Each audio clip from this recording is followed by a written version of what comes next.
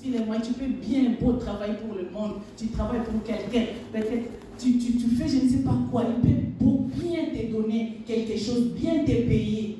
Mais peut-être ce que tu vas recevoir de cet homme, tu ne vas pas bien te rassasier avec. Un jour ou l'autre, tu vas mourir, tu vas tout laisser. Le bien que tu as gagné, le parcelle, je ne sais pas, des femmes, les enfants, personne et rien ne pourra t'accompagner sur ta tombe. Tu seras seul. Et devant Dieu, tu seras seul pour les jugements et devant les jugements. Mais si tu travailles pour le Seigneur, la Bible nous dit, si tu travailles pour le Seigneur, même si tu meurs, les morts dans le Seigneur ne sont pas morts, ils se reposent. Amen. Voilà la raison pour laquelle il est de notre intérêt de travailler, de choisir de travailler pour le Seigneur. Notre Dieu, il est démocrate. Il ne force personne de venir travailler pour lui. Il est démocrate. Il nous dit de choisir. Il y a deux chemins. Nous sommes à la croisée du chemin. Tu travailles pour le Seigneur ou bien tu travailles pour le monde. Si tu travailles pour le monde, tu vas récolter un jour la mort. Mais si tu travailles pour le Seigneur, tu récolteras la vie éternelle. Amen. Amen. Mais l'exemple est notre Dieu. Notre Dieu a tout créé. Donc il a lui-même travaillé. Il a travaillé, si on commence du Genèse à l'Apocalypse, c'est l'œuvre de l'Éternel. Tout ce qu'on voit, des montagnes, des collines, des mers, de fleuves, tout ça là, c'est l'œuvre de Dieu. Des poissons, les êtres humains, les arbres, tout ce qui renferme la terre, c'est l'œuvre de notre Dieu. Et il nous a créés, comme on nous a prêché le dimanche passé par l'évangéliste Emmanuel, il nous a créés à son image et à sa ressemblance. Nous sommes l'œuvre de Dieu. Il est notre potier. Il nous donne la forme qu'il veut. Il nous donne la forme qu'il veut. Tu vas dire, ah, moi j'aimerais être une blanche. Mais Dieu a préféré te faire une noire. On ne peut pas questionner Dieu, pourquoi tu m'as fait noire comme on nous a enseigné le dimanche passé. Donc Dieu, il est souverain.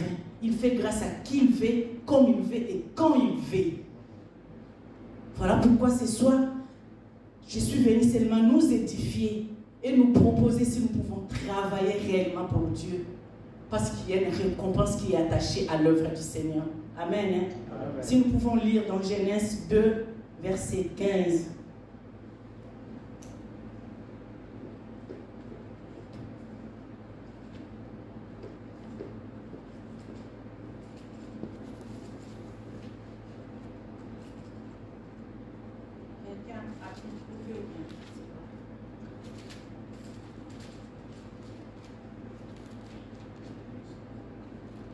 Genèse 2, verset 15, la Bible nous dit « L'Éternel Dieu prit l'homme et les plaça dans les jardins d'Éden pour qu'il les cultive et les garde. » Amen. Hein? Amen. Ce n'est pas une conséquence du péché. L'Éternel Dieu a pris l'homme dans les jardins d'Éden. Il lui a montré tout ce qu'il faut. C'est l'homme qui est peut-être... Après Dieu, c'est l'homme. Parce que l'homme a tout nommé. Tout ce qui se trouve sur la terre, c'est l'homme qui a nommé. Donc l'Éternel a placé l'homme pour cultiver. Un cultivateur, un agriculteur, il travaille comme aussi nous pouvons travailler dans l'œuvre de l'Éternel. Amen. Hein? Amen. Si nous pouvons aussi lire 1 Corinthiens 15, verset 58.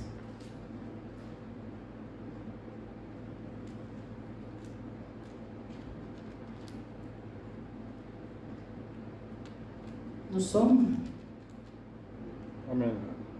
Je lis au nom de Jésus 1 Corinthiens 15, verset 58. La Bible nous dit « Ainsi, mes frères et sœurs bien-aimés, soyez fermes, inébranlables, travaillez de mieux en mieux à l'œuvre du Seigneur, sachant que votre travail n'est pas sans résultat dans le Seigneur. » Mais dans d'autres versions, il dit « Votre travail n'est pas en vain dans le Seigneur. » Nous devons travailler de mieux en mieux. Nous devons rester fermes.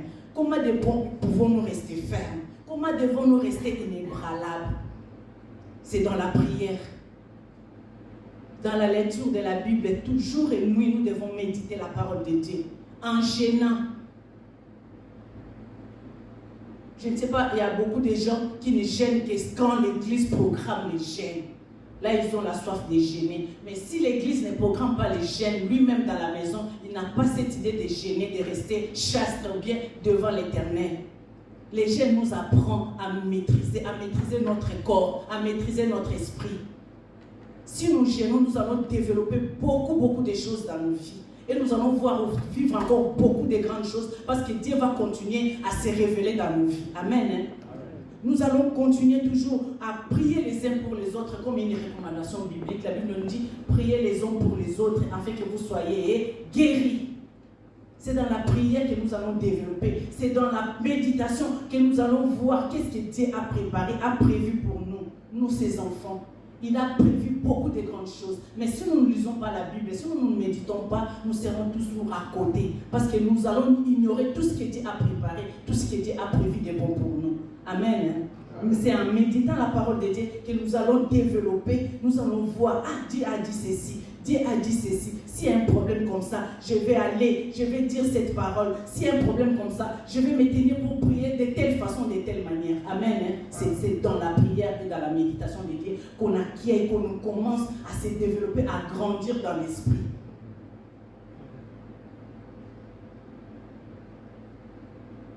Notre âme a besoin de manger et de travailler, comme le corps. Les corps, on voit peut-être des grandes personnes, des personnes âgées. Quand ils sont encore jeunes, ils sont là en activité, ils travaillent, ils vont de va-et-vient. Mais dès qu'ils seront peut-être âgés en retraite, ils commencent à développer beaucoup de maladies.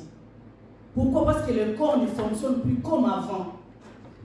Ils ont des problèmes peut-être de rhumatisme, problèmes de cœur, problèmes je ne sais pas quoi. Mais en travaillant, peut-être le travail nous pousse peut-être à réfuter peut-être des maladies qui pouvaient venir. Mais avec le mouvement des activités, notre corps fonctionne comme il faut. C'est aussi le travail de l'esprit. Quand nous prions, nous gênons. Nous méditons, nous prions les uns pour les autres. Nous participons peut-être dans des cultes comme ça, dans des conférences. Nous lisons la parole de Dieu. Il y a aussi d'autres livres que nous pouvons lire aussi pour développer aussi notre connaissance. Cela va nous garder notre corps et notre esprit toujours jeunes. Amen. Hein? Voilà pourquoi nous devons travailler. La Bible, nous devons être inébranlables. Gardons notre foi, quels que soient les vents et tempêtes. Nous ne pouvons pas regarder le vent. Nous ne pouvons pas regarder les tempêtes parce que ça va nous accompagner tout au long de notre vie sur cette terre. Amen. Personne ne peut lever la main pour dire que je n'ai jamais rencontré un problème. Je n'ai jamais pleuré parce que chacun pleurait de sa façon et à sa manière. Donc les problèmes seront là. Mais c'est que nous devons adopter une bonne position de garder toujours la foi, la tête haute, sachant que nous ne sommes pas seuls. Dieu nous accompagne. Il a dit, il nous a promis, jamais il nous laissera, jamais il nous abandonnera. Il sera toujours avec nous jusqu'à la fin du temps. Dès que nous avons cette espérance que Dieu est toujours à mes côtés, nous n'allons pas nous fatiguer, nous n'allons pas nous lâcher. Donc nous devons être persévérants, quels que soient les vents et tempêtes. Jésus a même banni, a même crié sur le vent et le vent a obéi. Nous aussi, nous avons ces pouvoirs. Dieu nous a dotés de ces pouvoirs. Peut-être nous ne voyons plus de miracles parce que nous sommes peut-être distraits ou bien nous doutons. Et le doute, c'est un grand ennemi de la foi. Nous ne devons pas douter. Si tu dis quelque chose, si tu as à faire et que Dieu a mis en toi la conviction, fais-le et dis-le parce que ça va s'accomplir. Amen. Hein? Amen. Nous devons travailler de mieux en mieux, rester fermes et inébranlables parce que l'ennemi est là. Il nous regarde, il nous guette, il nous connaît. Que celui-là, celle-là, il va toujours à l'église. Celui-là, il prêche la parole de Dieu. Alors pour l'attaquer, je vais entrer par ici, je vais faire par-ci pour la voir. Mais tant que toi, tu es un enfant de Dieu, tu pries, tu lis ta Bible jour et nuit, tu sais des références, et malgré le vent, malgré l'ennemi, moi, je n'ai peur de rien. Parce qu'il est toujours à mes côtés. Il est à notre côté comme Daniel. Malgré on l'a jeté dans la fosse au lion. Mais il avait toujours confiance en son Dieu. Il a fait confiance à ce Dieu. Il n'a jamais voulu prosterner devant une idole. Parce qu'il savait le Dieu qu'il servait était un Dieu vivant. Il est le Dieu qui n'abandonne jamais ses enfants. Jésus n'abandonne pas. Notre Dieu n'abandonne pas. Il a même suivi les deux gens qui partaient à Emmaüs. Après avoir vu que Jésus était mort, leur espoir aussi était mort. Ils disent, ah, que ferons-nous? Alors que chacun puisse rentrer dans son travail, dans son coin. Et les deux là, ils ont pris le chemin d'Emmaüs. Mais comme Jésus était venu, pas pour perdre, mais pour sauver, il les a suivis jusque-là pour les ramener à Jérusalem. Amen. Il n'est pas venu pour perdre notre Dieu, notre Jésus. Il est venu pour sauver. Il a même suivi les 2 là de maïs pour les ramener dans sa présence à Jérusalem. Parce qu'il leur a dit, ne quittez pas encore Jérusalem jusqu'à ce que la promesse de Dieu puisse être au milieu, de puisse venir. Parce que chaque fois que si les 2 là partaient, il allait être perdu. Parce qu'il n'avait plus la foi. Il a même récupéré Pierre. Pierre qu'il a remué 3 fois.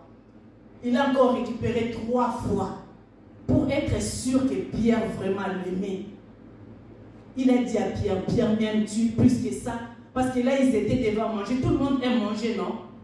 Pierre aussi, comme un pêcheur, ils avaient pris des poissons, ils mangeaient. Et Jésus les regardait parce que Jésus après a fait le feu. Il a déjà commencé à faire du barbecue de poissons. Il les a appelés, les enfants venaient. Et ils ne savaient pas c'est qui. Or, c'était le maître. Et Jean, comme ils connaissaient, ils avaient cette chaleur. Cette chaleur dit, c'est le maître. Jésus a tout préparé pour nous. Il a un bon projet pour nous. Donc, travaillons de mieux en mieux. Si nous travaillons pour Dieu, il y aura toujours des récompenses. L'homme peut te récompenser aujourd'hui, mais demain, il va te renier. L'homme peut t'aimer aujourd'hui, mais demain, il dira, ah, celle-là non, celui-là non. Mais Dieu nous aime malgré nos fautes, malgré nos péchés. Quand nous revenons à lui, il a toujours les bras ouverts pour nous accueillir dans sa présence. C'est un Dieu d'amour. Son amour est inconditionnel. Malgré la qualité de tes fautes, malgré tout ce que tu as commis, mais même il a dit à David, tu es l'ami fidèle. Parce que David poursuivait toujours ce que Dieu lui ordonnait de faire. Malgré tout ce que David a fait, l'adultère, le combat, de mort par-ci par-là, mais Dieu l'aimait.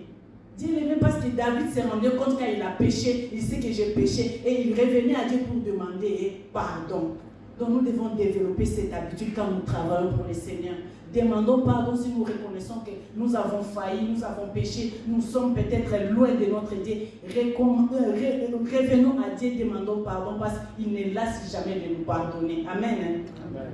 C'est ça l'activité, c'est ça le travail. Nous devons travailler de mieux en mieux pour notre foi. Nous devons rester fermes, nous devons rester inébranlables, solides dans la foi. Nous devons rester là en prière. Prier chaque jour, à chaque instant. La Bible nous dit, nous devons prier sans cesse. Tu ne vas pas toujours pouvoir prier quand tu es à l'église. Les dimanches, là, tu prends ta Bible, tu viens à l'église. Mais pendant la semaine, tu n'ouvres même pas ta Bible. Un enfant de Dieu doit manger physiquement et spirituellement tous les jours. Si nous mangeons physiquement, parce que nous avons besoin de la force physique, mais notre âme, notre esprit aussi a besoin de la nourriture spirituelle. Nous devons prier, nous devons jeûner, nous devons pratiquer la parole de Dieu. Nous ne devons pas seulement les répéter et mettre en tête comme une récitation, mais les mettre en pratique au service des autres. C'est ce que Dieu nous demande, mettre la parole de Dieu en pratique. Nous devons travailler, soutenir les orphelins, les veuves. Même la Bible nous dit, la religion pure et sans tache, c'est de soutenir les veuves et les orphelins dans leur affliction. C'est ça de travailler, c'est ça le travail que Dieu nous demande de faire. D'enseigner les gens, d'abandonner la mauvaise foi et de suivre Jésus. C'est ça le travail que Dieu nous demande. Et Dieu paye mieux que les hommes. Dieu rémunère bien. L'autre jour, j'ai parlé avec ma soeur me disait, ils ont eu un témoignage, je ne sais pas si c'est un témoignage ou quoi. Il y avait un monsieur qui passait toujours devant l'église pour aller au travail. Chaque fois qu'il passait devant l'église, il entrait à l'église pour dire, Jésus, je viens te saluer, je viens te dire bonjour. Et puis il continue sa route. Tous les jours, c'était son chemin. Tous les jours, il ne passait jamais comme ça sans rentrer à l'église pour saluer son Dieu. Un jour, il était malade. Il était très malade, presque mort. Et sa femme était dehors, était rentrée à la maison. Vous savez, en Afrique, c'est nous-mêmes, le membre des familles, qui gardons nos malades. Ce n'est pas comme ici, tu laisses les malades, toi tu rentres et tu dors à la maison. En Afrique, nous dormons même par terre pour garder peut-être ton mari, ta femme, tes enfants, ton frère qui est malade à l'hôpital. Et la femme aussi s'est levée le matin pour se rendre à la maison, chercher, je ne sais pas de quoi manger, changer des histoires, parce que son mari ne répondait plus, ne marchait plus. Donc on attendait que Jésus vienne pour mettre fin à ces jours, donc la mort. Et puis, la femme était à la maison.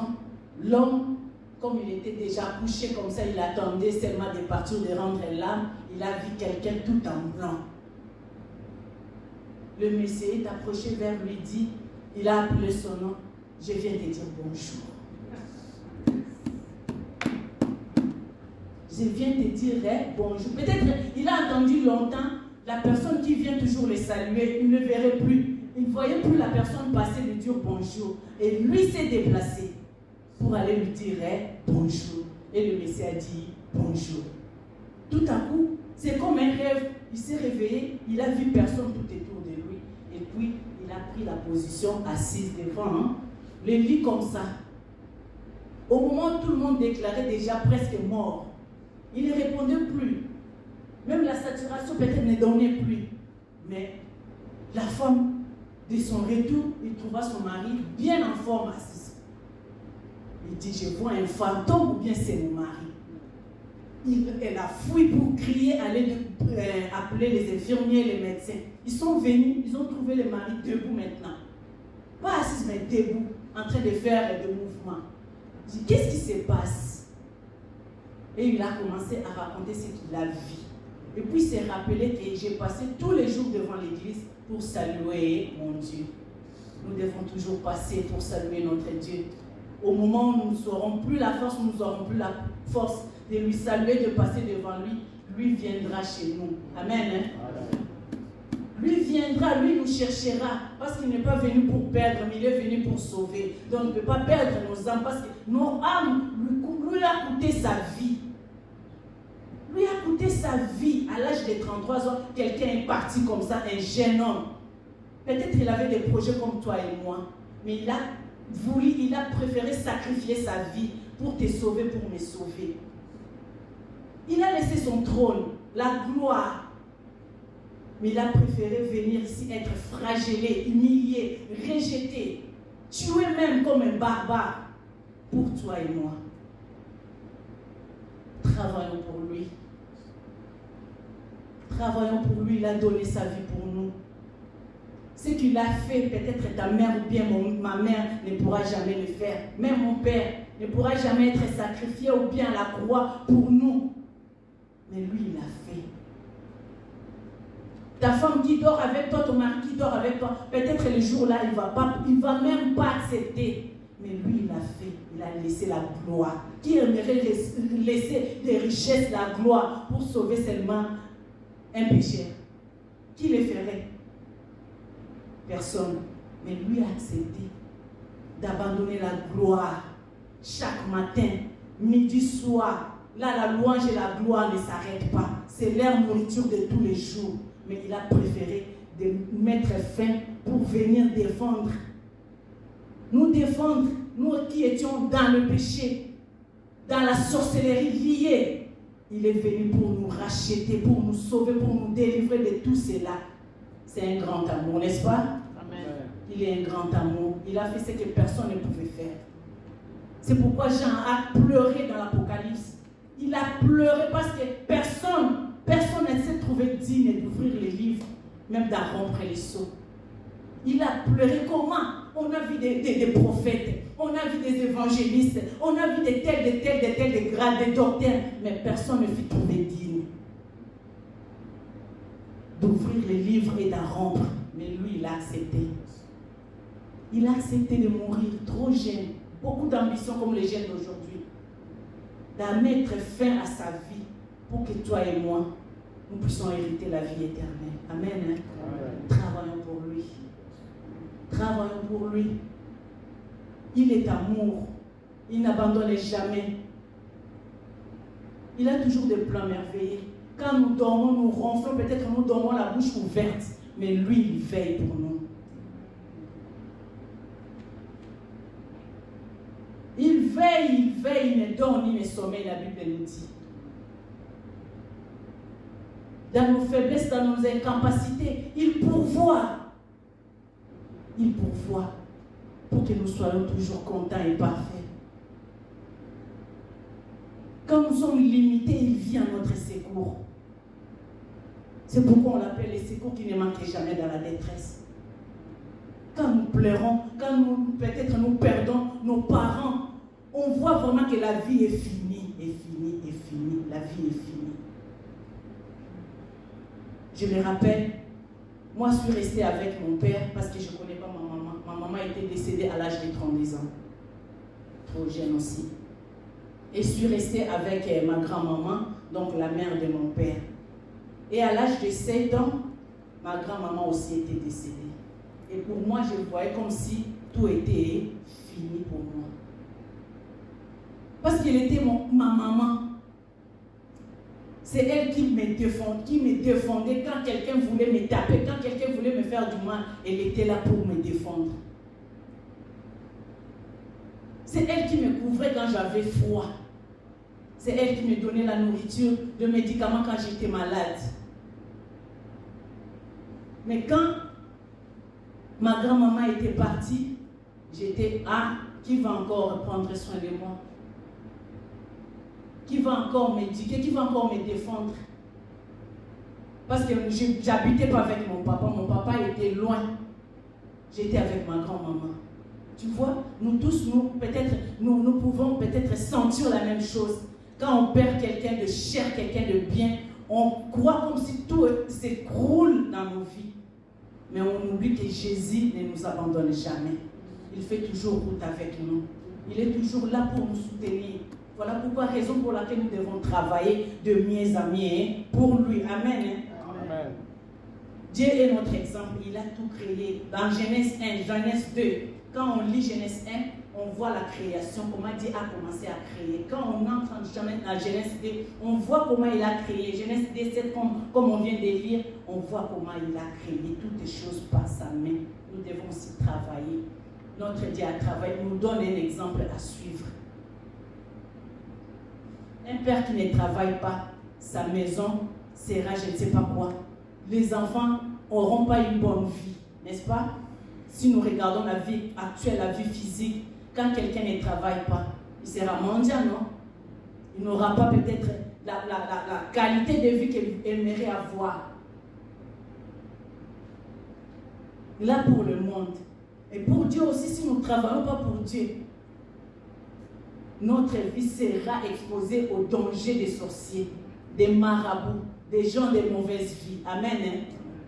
Mais si nous travaillons à l'œuvre de Dieu, il est là pour pourvoir nos besoins. Il est là pour nous défendre. Il est là pour protéger même nos biens, même nos enfants. Il est là pour prendre soin de tout. Il pourvoit même. Parce que la parole de Dieu nous dit, nous dans sa maison, et notre Dieu est dans nos maisons, n'est-ce pas? Si nous travaillons pour lui, lui s'occupera du reste de nos vies. Amen. Nous sommes vraiment au début de l'année, appliquons-nous comme il faut dans l'œuvre du Seigneur parce que Dieu paye bien. Si nous pouvons lire Philippiens 2,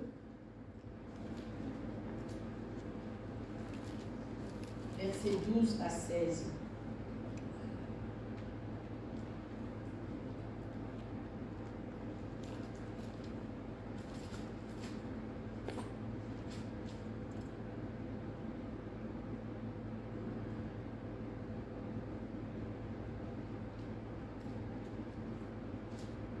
Je lis au nom de Jésus. Philippiens 2, de 12 à 16. Ainsi, mes bien-aimés, vous qui avez toujours obéi, non seulement quand j'étais présent, mais bien plus encore maintenant que je suis absent. Mettez en œuvre votre salut avec crainte et profond respect. Dans l'autre version, il est dit, travaillons dans l'œuvre du Seigneur avec crainte et tremblement. Amen. En effet, c'est Dieu qui produit en vous le vouloir et le faire pour son propre bienveillance. Faites tout sans murmure, ni contestation, afin d'être irréprochables et purs, des enfants de Dieu, sans défaut, au milieu d'une génération perverse et corrompue. C'est comme des flambeaux dans le monde que vous brillez parmi eux. En portant la parole de vie, je pourrais alors être fier des jours de Christ, de n'avoir pas couru ni travaillé pour rien. Amen. Ça, c'est Paul qui parlait, qui prêchait les Philippiens. Nous devons travailler de mieux en mieux, comme des enfants, être purs, irréprochables. Parce que si notre comportement est mauvais vis-à-vis du monde de l'extérieur, nous n'allons pas gagner le monde.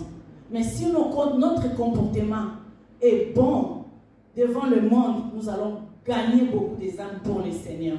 C'est pourquoi il dit, nous devons être irréprochables de notre manière de travailler, de notre manière de marcher, notre manière d'être devant les gens, même les gens qui ne connaissent pas le Seigneur. Nous nous comportons comment devant eux. Parce que nous devons être des exemples pour les attirer vers notre Dieu. Mais si nous ne nous comportons pas bien devant eux, nous n'allons pas les tirer devant Dieu. Parce qu'ils vont dire, eux-mêmes qui prient tous les jours, regarde la façon dont ils marchent, regarde leur comportement, regarde leur bouche, regarde. Donc, nous n'allons pas gagner le monde. Mais si nous nous comportons comme il faut, comme des enfants bien-aimés, comme Paul a dit, nous allons gagner le monde et nous allons gagner VV. Amen. Nous devons nous comporter comme il faut, être irréprochables. Nous devons travailler sans murmure, ni contestation. Parce que quand nous allons au bureau, peut-être nous travaillons sans murmure, hein, parce que nous savons que nous allons gagner quelque chose à la fin du mois. Nous devons aussi travailler pour Dieu sans murmure, comme Paul nous dit. Parce que Dieu nous donne tout. Il nous donne tout ce que nous voulons. Le souffle de vie, c'est un don. Un don que nous avons reçu gratuitement.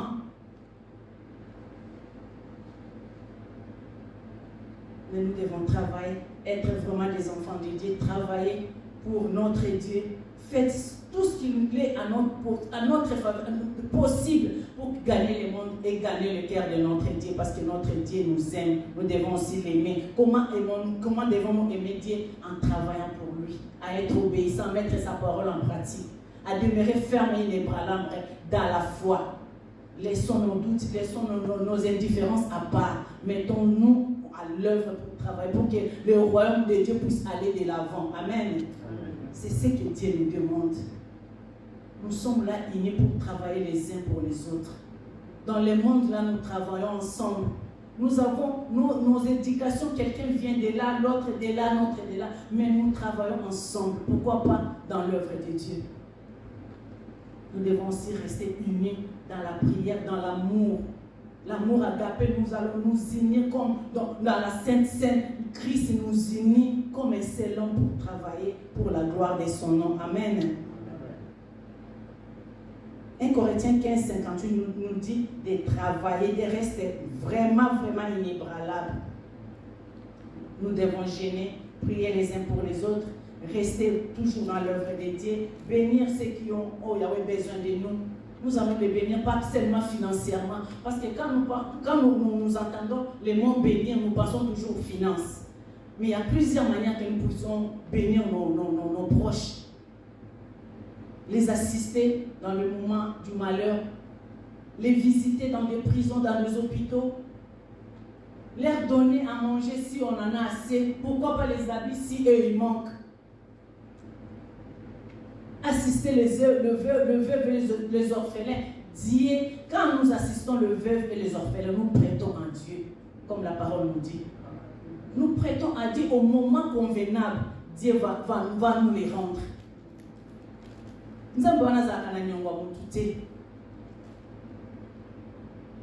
Il rémunère bien plus que les hommes. Il est omnipotent, omniprésent, omniscient. Même là où tu n'es pas là et que tes enfants, ta famille ont un danger, lui va s'interférer parce qu'il est omnipotent, omniprésent, omniscient. Même dans la nuit, quand les sorciers volent pour venir t'attaquer, lui, il voit, il peut arrêter tous les mouvements des sorciers parce que tu es entre ses mains. Amen. Amen. Nous sommes en sécurité dans sa présence. Nous sommes en sécurité entre ses mains. Il nous bénit spirituellement, physiquement, matériellement, financièrement. Il a tout. L'or et l'argent, ça l'appartient. Il a la clé. Pas seulement la clé, mais les clés. Les clés qui ouvrent partout, passent partout. Comme je ne sais pas, les militaires, ils ont la passe partout. Quand ils arrivent, ils n'ont pas besoin de taper pour ouvrir la porte. Ils ont la passe partout, partout. Dans chaque maison pour ouvrir. Notre Dieu en a pour toutes circonstances, pour tout problème. Il peut ouvrir pour toi et pour moi, en fait que nous soyons dans la joie et témoigner son nom. Et que le monde, les barbares qui ne les connaissent pas, connaissent notre Dieu. Comment il est le Tout-Puissant. Amen. Il est fidèle, notre Dieu. Il ne ment jamais. Jacques a dit quoi? Jacques a dit, Jacques 1, 27, si nous pouvons lire.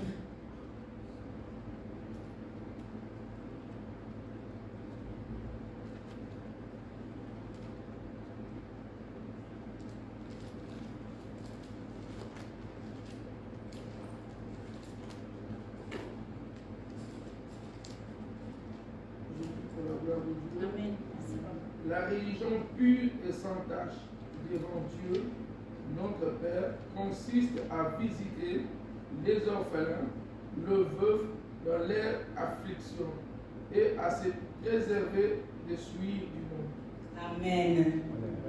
Ça c'est pour confirmer ce que j'avais dit. Sinon on va dire, mais il a pris ça haut. Ça c'est la référence. La religion pure et vraie d'assister les orphelins et les veuves. Amen. Si nous pouvons lire aussi Genèse 49, verset 25.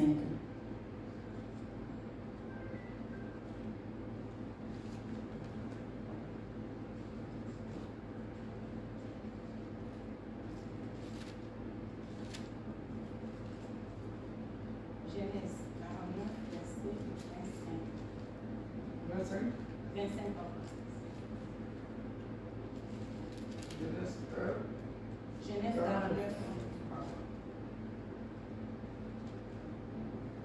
Verset 25.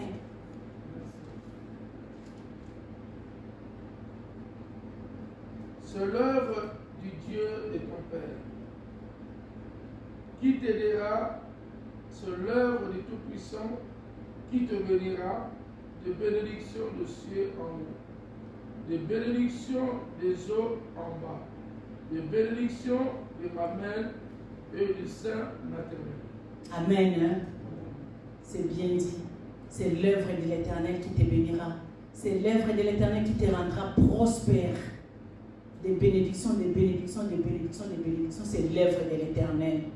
Nous devons travailler. Si nous voulons vivre la bénédiction en abondance, nous devons mettre la patte dans l'œuvre de l'Éternel et bénir notre Dieu par nos forces, dans la santé qu'il nous a donné de travailler pour lui. Et lui ne manquera pas de nous bénir. Amen. Amen.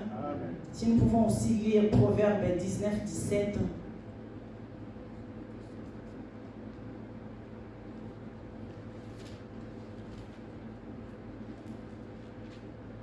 Ça c'est juste l'introduction, comme nous sommes au début de l'année. Pour les thèmes du travail, je sais que beaucoup aussi viendront après moi, vont encore développer beaucoup de choses. Proverbe 19, 17. Celui qui a pitié du pauvre prête à l'Éternel. Amen. Il lui rendra selon son œuvre. Amen. Quand tu prêtes, quand tu donnes aux pauvres, quand tu penses aux pauvres, tu prêtes à l'Éternel. Et l'Éternel, notre Dieu, te les rendra au moment opportun. Au moment où peut-être toi, tu ne t'en souviendras plus, mais notre Dieu te les rendra parce que tu as prêté à Dieu. Amen. Nous devons travailler, nous devons faire des bonnes œuvres. Il n'y a pas la foi sans les œuvres. Nos œuvres doivent être visibles et palpables. Amen. Nous ne devons pas seulement aider ceux que nous connaissons, nos familles, même les enfants, quand on voit dans la rue comme ça, ils manquent à manger. Tu payes à manger, tu leur donnes. Dieu te sera toujours favorable. Amen. Il ouvrira le ciel pour bénir ta vie, même ta famille, peut-être dans ton absence. Il se souviendra et il bénira ta famille. Amen. Pour finir, on peut lire 2 Thessaloniciens 3, 10. 2 Thessaloniciens 3, 10.